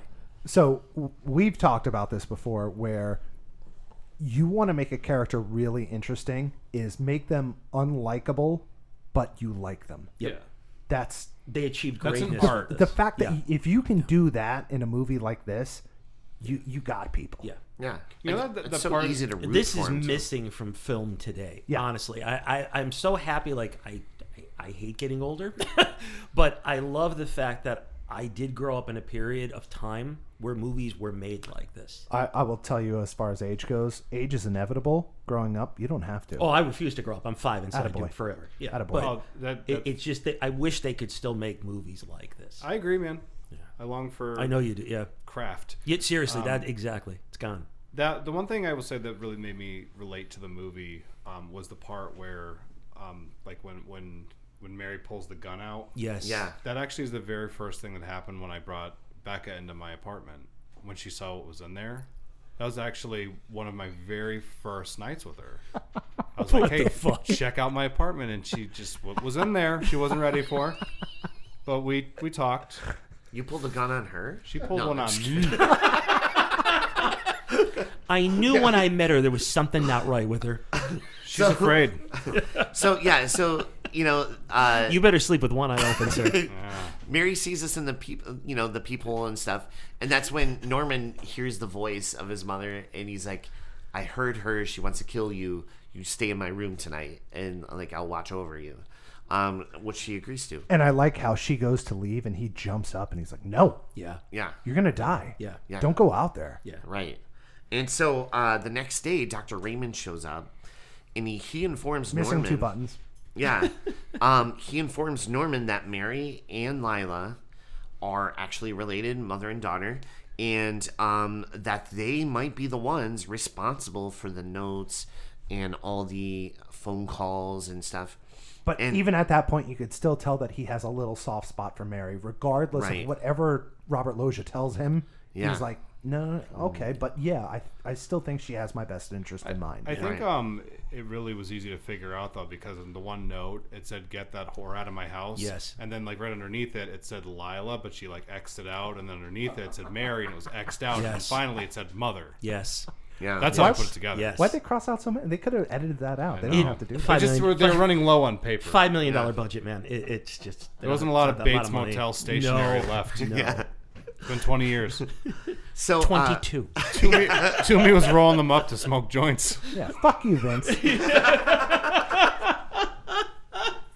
So meanwhile, Mary confronts Lila about what they're doing to Norman, and so they're at Lila's hotel, and she actually suspects her mother is up to more than what she is saying, and they begin to argue, and we have this great thing foreshadowing, a future event where the one hotel clerk, The bell clerk or the front desk agent. yeah, overhears them arguing in specific sentences that will later kind of And I love the Sells I love the housekeeper vacuuming.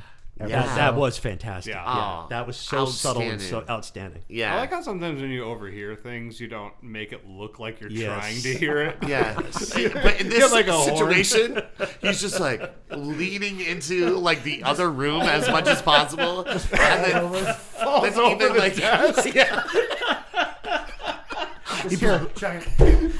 yeah Oh, carry on. he pulls out a Whisper 2000 he's like so This is a really small town. It's the giant most exciting horns. thing that's ever happened to that guy. so Mary goes to confront her mother and stuff. Meanwhile, Dr. Norman And she pulls a or great Dr. move with Who the me. hell's Dr. I Norman? meant to say Dr. Raymond. But She pulls a great move that me and Rory do all the time, where she grabs her by the get in the car. yeah, get in the car. That's a classic. Dr. Raymond takes Norman to the cemetery. Nowadays, child and youth would be called. yeah, to show Norman that his mother is dead. So they literally dig up like her coffin. They pull it out. They open it. He's like, "That's not my real mother," And What a fucked up thing to do. Dr. Raymond has some pull, man. He really does. I love that he did that like he's done it before. Yeah. The beauty Like- of it is when Right. you think, though, that you really have to get through to your patient. That's it. Dig up his goddamn mother. Yeah, Dig up his Look, mother. she's dead. She's right there. She's decaying, you asshole. But my favorite part is that it's almost like he's done that before. Oh, 100%. Yeah, Right. yeah. Like this isn't the first time that he's had to dig up Oh, no. someone's mother. No, there's been 15 show. other mothers dug Yeah. up. Yeah. But yeah, so Norman. Hey, one real quick thing, and then Yeah. we'll fly past it. But No, we I won't. noticed that the corpse in the casket Yeah. reminds me that death can really do wonders for your figure. Yeah. She Yeah. looked great. She looked good. She did. This part of the show is brought to you by Nutrisystem. So Norman returns home and he finds Mary there. He tells her that Dr. Raymond informed her about Mary and her mother Lila. And Mary confesses to Norman that Dr. Raymond is right. Like, she's like, yes, we have been doing it. And Norman kind of has like this weird little smile on his face. And he's still thinking that Yeah. Mary still has his best interest in mind, Right. even at that point. Even at that point. And so But yet there is a part where you look at him when you're saying that maniacal kind of weird look that he almost, at least I felt this way about it, that he's almost trying to maybe flip it on them. That he is aware of it, but he's flipping it back. I don't know if that point you really know what's going on. I kind of at the time, first time seeing it, thought he knows what's going on now and he's going to put it back on them. He's going he to has do something and like put it that back little on them. smirk. Yeah. Where it's like, Yeah. Almost in the same vein as that in the first Psycho, when he's reaching for the key and she Yeah. says Los Angeles and he Yes. hesitates and then Yes. grabs the key like, Yeah. all right, this is my Yes. next victim. Yes. Yep. Well, I also think I'm going to probably edit this out. But No, leave it in. the reason he picks cabin 1 is because there's a peephole that looks Well, out. That there looks- is. yeah. that Yeah, is- like yeah. that's where that is. He's like, I'm going to Yeah. do the right thing. Yeah. Nah. Now I'm going to get a look-see. Yeah. That's what that is. She got a great ass. Little bit of Heat reference for you kids out there. Oh, I thought you were talking about Toomey. No, well, that too. I mean, yeah. I have that episode of NYPD Blue videotaped. There's nothing like watching his ass with the static of the VHS Yeah, I was gonna tape. say, it's probably it just probably brings you back. Probably really worn out. It's Yeah. so worn out. No, Yeah. I love it. I love it. And it's going to be on loop at my funeral. So okay. So, Along yeah. with the strippers parade. Right. So Dr. Raymond is following Lila, tracing his footsteps. And Norman is called down to the swamp where they found the belongings to Mr. Toomey. And I do love when the one cop goes, "We found a car." It reminded me of like Spaceballs. It's like, did you comb they're combing the desert, and it's like, Man, did you we ain't found shit? Yeah. Again, it seems like that where I go, that was the television crew. Right. I'm Yeah. not really knowing because we found it. So Lila arrives at the house, and she's still being followed by Dr. Raymond. And so she sneaks up to the house, and Dr. Raymond kind of stays behind by like the motel, lurking, but like trying to keep a watchful eye on terrible Lila. job. Terrible job. Terrible job, by the way. But she goes into the house, and she Into the goes basement. into the fruit cellar, and she gets offed, and like I think it's like the worst death in this movie. She pulls the tile or the piece of slate up to Yes. reveal the dress and the knife and the wig and Yeah. stuff like that, and she gets stabbed through the fucking mouth, which is one of the best deaths that we've ever had on this podcast. I want to know how they convinced classy Vera Miles to go through with that. She's like, I worked I'll with tell you- Hitchcock. He terrorized me. I'll tell you what, though. At least it was way more classy of a death scene than Ellen Burstyn's Don't talk debacle about that in movie. Exorcist. The Don't do new it. one. Do you know what I mean? I This know what was you're way talking more about. classy, as Vince was saying, Yeah. as opposed to that. Well, one's a train real wreck. movie, Joe. I understand, Jason Blum, you fuck. But yeah, that's just. I would also like to highlight the fact that she was stabbed through the mouth, which is the thing that she was using to antagonize Norman Bates. You know what? I didn't even. That's really. do you know what I good, mean? Vince. Do you know what I mean by that? Yeah. Okay. Oh yeah. That's It's fantastic. like Slit her throat. that. what is it? Speak no evil. Well, yeah. The whole like idea of sin. Yep. Right. Slit her throat, stab her in the heart, do Yeah. something like I that. just But the made fact up that bullshit. he stabbed her in that's the a mouth. great- I didn't even think about that. That's fantastic. Yeah. Yeah. Yeah. Move. That was no. That's good And shit. again, even though that was more gratuitous, because again, in a way, It was the that's most gratuitous 80s. death in the movie. Yeah, but it's still, like you said, well done. It's not ridiculous. Too much, yeah. Too much. Right. Yeah. And like you said, beautifully. Yeah. It's her sin of her. I really didn't think. Dad. Thank you, Vince. 'Cause Yeah. actually, I didn't even think about that one. That really It is. might not have fantastic. anything to do with it. No, but I think you're right. I really do. It makes perfect sense. It's silencing Yeah. the voice. The voice. So at the motel, Dr. Raymond, I keep saying his name. No, like just go with terrible Dr. now. Raymond. It's all good. So Dr. Raymond Raymond, Cocteau. yeah, Dr. Robert Lagosha. decides to go up to the house and check it out. And he also goes into the basement, and then Norman arrives, and Raymond says he's going to prove it's Mary and Lila doing this. And so at the swamp, they find a new car. They pull the car up out of the thing. And They the see there's no body one is in the in- car, and then they Yeah. say, "Okay, let's pop the trunk." They pop the trunk, and then they find two bodies. They find the Yeah. little kid, and then they find that great ass from NYPD Blue. Dennis Right. Franz. Dennis Franz. So the phone rings, and Norman chats with his mother, and Mary's trying to convince Norman it's not his mother on the phone, and accidentally she kills Dr. Raymond. He's like, got ya, right? Because she puts on the costume, and she's trying to convince Norman first. And this, we talked about this a little bit before, but I love the escalation of this because it's like she's saying, and then she's like trying to prove it to Norman. And she knows that her mother is doing this, and then at this Right. point, she realizes, okay, the doctor hung up the phone. There's no one on the phone, and Right. he's still talking to his mother. And then I think it starts to click for her. Right, and so she goes, puts on the outfit, like she picks up the stone. Which was actually brilliant in a way to try to get him To stop. to stop. It really Right. was. To get out of it. Yeah. And she's like, Norman, and she's Confronts trying him. to break him out of, talking to his mother on the phone. She took a And- page out of the Amy Steele book from Friday 13th too. Yeah. And so as she's doing this, she goes upstairs because she's going to check on the phone and stuff to see. She can't get through to him face to face, so she Right. goes upstairs and picks up the phone to try and get on the line and pretend Yeah. to be his mother. And I do like this simple little shot where you see You Norman's see, like, which is the profile. third, I believe, the third time that they did that in the movie. Yeah, and he's standing at the bottom of the stairs, but in the doorway. You could just see the back of him. slightly, And then as she's like, so Norman, subtle, but it's beautiful. Norman, right? And then he like steps out of the frame, and that's you're like, oh no. And as soon as that happens, perfectly timed, that's when Dr. Raymond pops out. He's like, got ya, right? And she's like, she freaks out. So Mary stabs him him in the right chest. in the freaking heart. And he Took off falls. another button. And he falls. The way The he end falls of Dr. Robert perfectly. Lucia. And he hits the railing right where the knife is, which drives it in even further. further to his heart. Perfect. And he, dies. So the one person who truly cared about Norman, right, is stabbed in the heart. Which is another maybe kind of thing like you guys were saying. Yeah. Speak no evil. This is like stabbing the The heart. person You that also cared about have him. the care. You Yeah. also have the person that was trying to get Norman to commit murder has now committed murder herself. Right.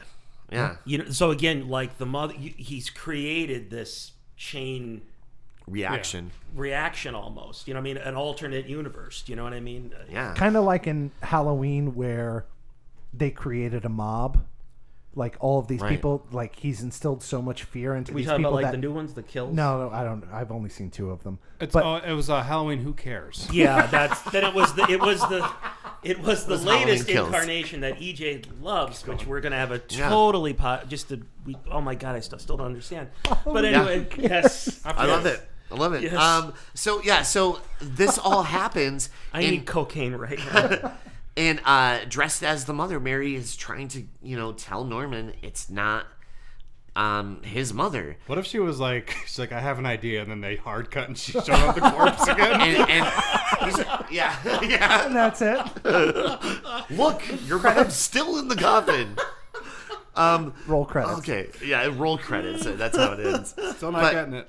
as she's like pulling Norman off the phone, she has the knife in her hand still, and he's like trying to grab her, and she stabs him And on accident. not even aggressively. It's Right. just like trying to ease her, but him trying to ease whatever she's feeling is making her more anxious and more. Yeah, and trying to get him away from pulling her. I got you. It's gonna be okay. You're almost watching something that was supposed to be helpful and subtle turn into something more overblown, out of control. Yeah, because she stabs his hands, and then he actually tries to pull the knife Yeah, out of her and- hands. yeah, and that's just- we yeah. got that Yeah. I think he's like, I don't want to hurt you, mother. He's in Yeah. terrible pain. Yeah. And as this is happening, they make their way to the fruit cellar, and eventually she thinks Norman has lost it, and the only way, she pulls the knife up, but that's when the sheriff department gets there, and they shoot her right before she's about to put a knife into And Norman. before that, I think she stabs him in the ribs or something like that, and he Yeah. backs up into the coal. And- as he backs up into the coal, it Revelation Because of the the mother. reason she was going to kill Norman was because she actually, when she sees her mother, she thinks Norman killed the mother. Right. Which then just goes, oh my God, That's really his is. thing. Yeah. Yeah, that's his thing. I'm going. Then that's why she was going to Right, stab and him. it And then the cops escalates come. to- It escalates. Yeah. Yeah. Yeah. And so, in the end, we see that, this happens. The police rush in. They shoot Mary. And at the police station, we have that callback to the first Psycho, where he's sitting on the bench, awaiting, what are they going to do with me kind of situation. And we get that nice shot in the sheriff's office, another callback to the first one where they're discussing, the psychosis of Norman and stuff in the first one. This one, they're discussing, it was Mary and Lila Loomis. and I love how he Which is- ties it perfectly. Which is Yeah. interesting because it's it's like when your obsession becomes your legacy. Yes. Yeah. Yeah. You also have a little bit of symbolism that at least I got out of it. Maybe this is the Catholic boy in me. But with his hands. When it's purposely done that it's both hands. Yeah. The And his stigmata hand- thing. In a way, almost like a sacrifice. almost like a sacrifice, but also like Norman is what they were trying to do to him. They actually did finally nail Norman to the cross, Right. Yeah. because then what is going to transpire is, again, Norman's gone. Do you know what I mean? He was there and they nailed him to the cross. They got what they wanted, and they fight. Even though they're all gone, they're going to get what they wanted. Yeah. Right. Until the third movie. Well, we won't talk about that. Yeah. So Rory and I already went. That's a whole other podcast. Yeah. So after this whole scene, and we find out like pretty much the sheriff department is like, "Hey Norman, you're free to go," because we found out it was the Loomises that basically killed all these people, and so in the end we see where he's at home and he's making himself another delicious meal, and cheese and milk and bread. Was it peanut butter and jelly, or was it grilled cheese? I think it was grilled cheese. Was it grilled cheese again? Yeah, He's a simple man. He's a simple man. so Miss Spool shows up, who is from the diner, who we haven't seen in quite a bit. And I love the line of, "I expected someone, I just didn't know who." That is Yes. absolutely fantastic. And her even going up the stairs is Yeah. fantastic. That is one of the Great most shot. beautiful shots in It a truly horror is. film. Ever. It's Yeah. so eerie. 100%. And like 100%. that Yeah. angle, 100%. the sky. Everything. Again, it's 100%. almost like they know what they're doing. Yes. Yeah. Yeah. Something that filmmakers now just have lost touch with. And Mrs. Spool confesses she's actually Norman's real mother. That like Norma was her sister, she couldn't take care of, yada yada yada yada yada. And then I love that. And what's amazing about that, not to really, is that twist. Yeah, It's not cheesy. You don't laugh at it. You know what I mean? It's not like, You oh, get this it. is contrived. You get it going, this might actually make sense. She Yeah. admits that she was in an institution. Right. This is why. And you kind of go, all right, it kind of makes sense. And it doesn't undo anything either. It doesn't, exactly. It doesn't undo anything, but adds a level that you don't just go, well, this was just done to make another movie. It actually goes, this, maybe?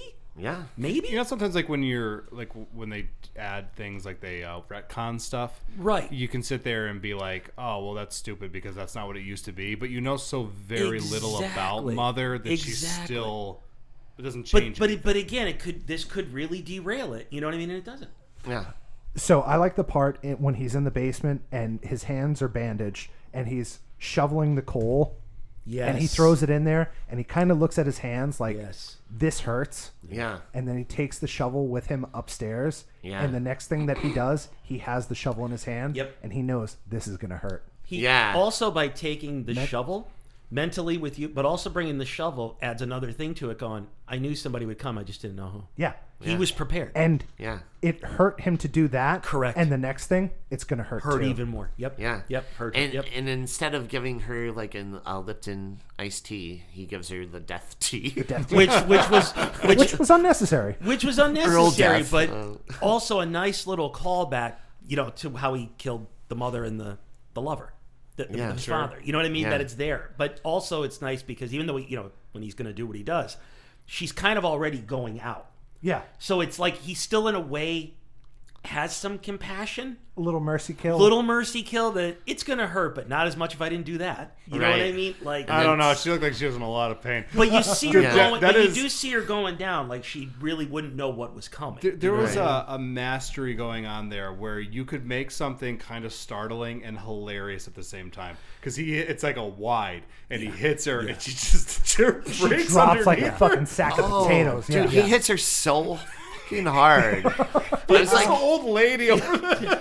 But I was you know like, why? is this WWE like now? Is that a But you know steel why chair? you don't Chair laugh shot. though? Because at this point, though, he's He's over. he's Yeah. over. Yeah. Yeah, it's He's perfect. this is just Norman now. Yeah. Again. We're Yeah. right back to it. You've reset the stage. You've back reset to- it. You've reset the timeline. We're right back. You got what you wanted.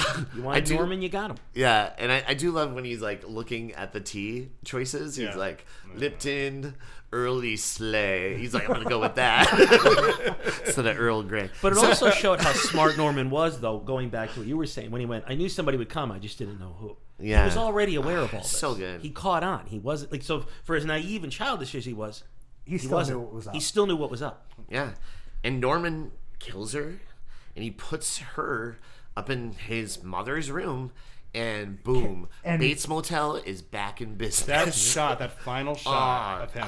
I'm telling you, good. like that. When you talk about like how you could take images Yeah. and just put it up on your wall, it is beautiful. Little bit with that because I agree with you. The poster for the movie was given to the director. Christmas card. It was, and well, the poster he didn't like. The I don't know what it looked like, but the actual theatrical poster that the studio was going to go with. That shot of Norman was the Christmas card given out to the crew. the editor of the movie went, "That's the poster." And he's the one then that came up with the tagline going, "It's 22 years later and Norman Bates is coming home." It's awesome. And literally, that is one of the greatest posters. Like you said, the greatest end shot of any movie. I get goosebumps. I do. Yeah. Goosebumps. Yeah, it's awesome. That shot, because again, you're getting, it's almost, again, even though it's bad, you wanted them, you got them back. And it's like a rebirth almost. It's a exact. Well, that was the whole with what I was saying about like a crucifixion. It's a rebirth. He's back. Do you know one thing that just from resurrection, from like a storytelling perspective, they say that a great ending is unexpected but inevitable. Yes. Like resetting the stage and becoming the Norman Bates that you knew that you were introduced to. Rebirth. It was all just like, it doesn't feel forced. No. It all just feels very organic and natural. Yeah. Perfect. You literally could have. We won't get into it, but you could have actually just bookended it right there. Yeah. Psycho and Psycho 2. If you right like there. take the color out of that movie, you just drop the color out. You could actually make that a black double and white feature. 100%. 100%. Easily. But yeah, so that ends the movie, and it's again one of the best sequels I think you could ever get 100%, to a classic film. Imagine just getting that task, like, we want you to make Psycho 2, like, one of the best horror movies of all time, and to actually tackle that and pull something off like this. Well, hence why the assistant director that they want to be producer went literally to the daughter going, do I have your blessing? Would Hitchcock like this? And she went, I think he would love it. Yeah. Like being that afraid to touch it. Not to mention that it took how many years to make? 21 years. They were 22 years. Yeah. And And there there was a Psycho 2 sequel. There were books. The thing was, I books put and that things like Robert that, Bloch, who did the original book in '59, actually wrote an '82 novel. But apparently, I don't know much about it, but apparently it's the Jay and Silent Bob storyline. No, it really is. It's basically like Norman Bates goes to Hollywood because they want to They were wants to stop saying him that from making a movie. he kind of like sanitized the slasher film. So Universal went, we can't go with this. Like you're going against everything that you kind of did with the first one. So like you're saying, if it was like that, they just went no, and that's when they got Tom to come in and write something better. One of those times where the studio was right on the money. Yep. Yeah. Another little cool thing though, which I don't know if you guys are gonna love this, but I just found it like super nerd out stuff. One of Jerry Goldsmith's pieces was a Norman Bates score that he did, like an actual like a cue for Norman, which made it to which they rejected for the movie, which made it into the second episode of the Twilight Zone movie, which was Kick the Can, that Steven Spielberg directed. That's neato. Wow. I think that is awesome. That is amazing. Awesome. Freaking amazing. Awesome. Well, with that being said, we like to do a thing where we like to, do emojis for this movie. So, Rory, would you like to go first? Or Vince? I don't care. It's up to you. Young Vince looks like he's going to burst. Mine are simple. It's a knife. You bastard. Well, everybody's going to fucking have it. Yeah. Number 2 is a clock. Oh, okay. Because as much as I enjoyed this movie, I felt there were parts where it was a little too slow for me. Yeah. Really? Yes. Okay. Yeah. Well, I never saw the original. Okay. And don't forget, I don't like horror movies. I don't like any of the shit. I get you, buddy. I get you. 3 was an owl. 4 was a crow. So the owl and the crow in this movie were original pieces from the first movie. Yeah. And then my final emoji was a motel. Roy, do you have what you got, or can I tell a quick hotel story? Please tell the host. So I managed hotels for quite some time. And one of my favorite stories was there was a guy that would come into the hotel. He would ask for room 407. Yeah. If 407 was not available, he would not stay at the hotel. He would say, okay, I'll come back next week. So he would come into the room. He would come into the hotel, check in at the desks. Room 407 available. Yeah. Yes, it's available. Okay, I'll stay the night. Next week, room 407 available. No, room 407 is not available. Somebody's in there. Okay, no worries. I'll come back. So at the hotel, every quarter we would do a deep clean. So we would take everything off the walls, move the bed out, move the furniture out, clean the baseboards, and do all that stuff. One of the things that we did was we took the headboard off the wall. When we took the headboard off of the wall of this hotel room, there was a hole in the wall where he stored all of his sex toys. Wow. Blow-up doll, devices. That's all I'm going to say. People do shit in hotels Yep. that you would never dream of doing in your own life. Yep. It was amazing. I was hoping that story ended with, and that man was me. Dude, I could tell you stories about hotels that would make your skin crawl. I knew somebody That who is so managed the one on 315, the Nights Inn, and the stuff. I know him. I know him because yeah. I had the microtel in Wilkes-Barre. So yes, I know who you're you talking know about. that is literally what Yeah. you are talking It's about. a shit show. But Yeah, go it's ahead. a shit show. So my emojis. Yeah. I have a rooster for Hitchcock. Perfect. Nice. I have an old lady. I have a knife, a shower head, and a blood drop, and a heart. Perfect. Oh, I love it. Go fuck yourself. Yeah, I have an old lady, a telephone, and a butcher knife. Good. Nice. Yeah. I'm new at this, so I have to go off the. You top can of make my him head up. with Rory this. does all the time. Yeah, but I do want to. I forgot one little thing here, so I'm going to put this in there. Quentin Tarantino, who I think we all love at this table. Who's that? Yes, You sure? a small little director. All right, Yeah. I'll check him out. Yeah, he's pretty good. Sounds This is- stupid. He actually has said that Anthony Perkins' performance in this is his favorite of his career. That everything he's watched him in, and he actually prefers Psycho 2 over Psycho. Wow. Yeah. Yeah. I've heard him say that. Yeah. I don't. I mean, like, art is I subjective. of course, again, as I always say, I don't film is agree at all. subjective. But I don't either. Yeah, but I know he also seems to have a thing up his ass about Hitchcock in general. correct. Tarantino, something up his ass. Yes. Yeah. But we have. But Right. I'll go with this. I will go with Hitchcock, a motel, mother, Yeah. a knife, and cocaine. Which, by the way, can I take this straw home with me, please? It's all Thank yours, you. buddy. You want me to cut it Thank for you? Thank you. Yeah, just thank you. Yeah. Oh, you don't do paper straws, asshole. No. I'm not an eco-friendly cocaine user. Welcome to 2023, motherfucker. That's right. I'm fucking old 2024. school. Okay. Another thing we love to do is, of course, plug anything. Do you have a thing you would like to plug? I like to plug Ravenview Productions. You can see us on the YouTubes and on the Facebooks. I have something super cool coming up soon. We'll talk about it at some point. And of course, Fourth Cut Reviews. Yep. Good stuff. How about you? Adam Farley's music. You could check it out on Spotify. It's awesome. Vince just got to meet Adam for the first time. Which So is- beautiful. My he's God. awesome, isn't he? The coolest guy. I know. So There's when an he- angelic hue that surrounds there's him. that, and he introduced himself to me, and I was like, "Oh my God, you're so beautiful!" And then he was gushing on us, like he was like, "Oh, you guys have such great chemistry." I'm like, well, "Keep the comment. I don't Fuck out. get out of here." I'm Like, I don't admiring you right I'm now. admiring you. Stop this, beautiful family. What if he Two- looked at two you little and went, kids. fuck you, Vince? Wouldn't be the first time I heard that today. But yeah, really nice guy. Can't wait to have him on. I'm hoping that we could have him on, review a movie, and maybe have Play a him bring an song. acoustic Yeah. song. Maybe we can do that. We got- absolutely. we have the equipment. We do. I'm going to plug two things. The Death, DEATHTONES, the Deathtones, which is Bill Carlo's band. And number two, another music thing. We don't know them at all. Check out the new Green Day. My God. The new Green Day. There's 3 songs released on it. Yeah.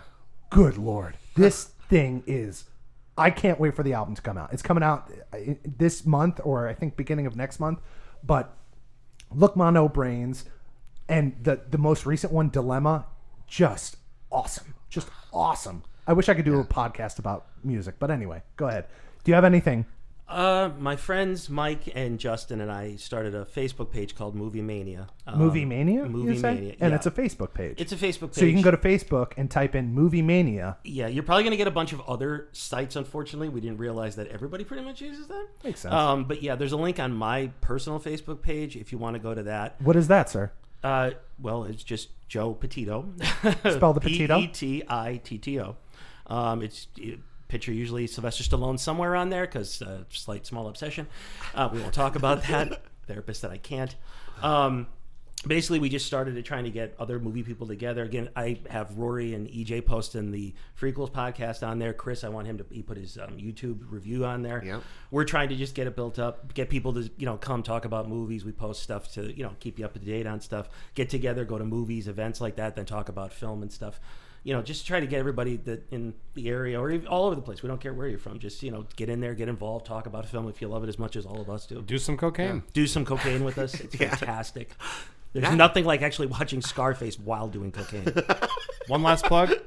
Variant Season. Look them up. Awesome hard rock metal music. Parna. Yes. Mark Yanish. Will Perna. And of course, Jon Snow. Got to Snow. plug Jon Snow's bands. You got Issues, Red Hat Society. Red Hat Society, and Realign. Realign, yeah. But yeah, guys, thank you so much for listening to another episode. Brought to you by Three Jacks Burger Bar and Ertley Motor World. Oh my God, no. Guys, I just want to say, too, thank you for allowing me on. I had an absolute blast. Joe, it was a pleasure, man. you were Thank welcome. you. So I much for loved being it, guys. here. It was fantastic. I would love to do this again. I had a blast. Yeah. Thank you so much, guys. No, I loved you're it. definitely Loved coming it. back. Coming back. Thank you. as soon as I possible. absolutely loved This was cocaine. I can't wait to see you on meth. it. Which, by the way, Joe, once we cut this audio, we're Cut. doing meth. But with that It's a different beast, gentlemen, and I might do it naked. Yeah. Well, I'll tell you about our Winnie the Pooh thing we've got coming up. But again, I just want to say thank you, guys. This was Yeah, no, awesome. thank you so absolutely much for loved it. Pleasure. coming Thanks on. for coming out, dude. Loved And it, man. Thank you. please come back. Every time you'll have me, I'll be here. All right. Awesome. Well, guys, with that being said, thank you for listening to Freakquels.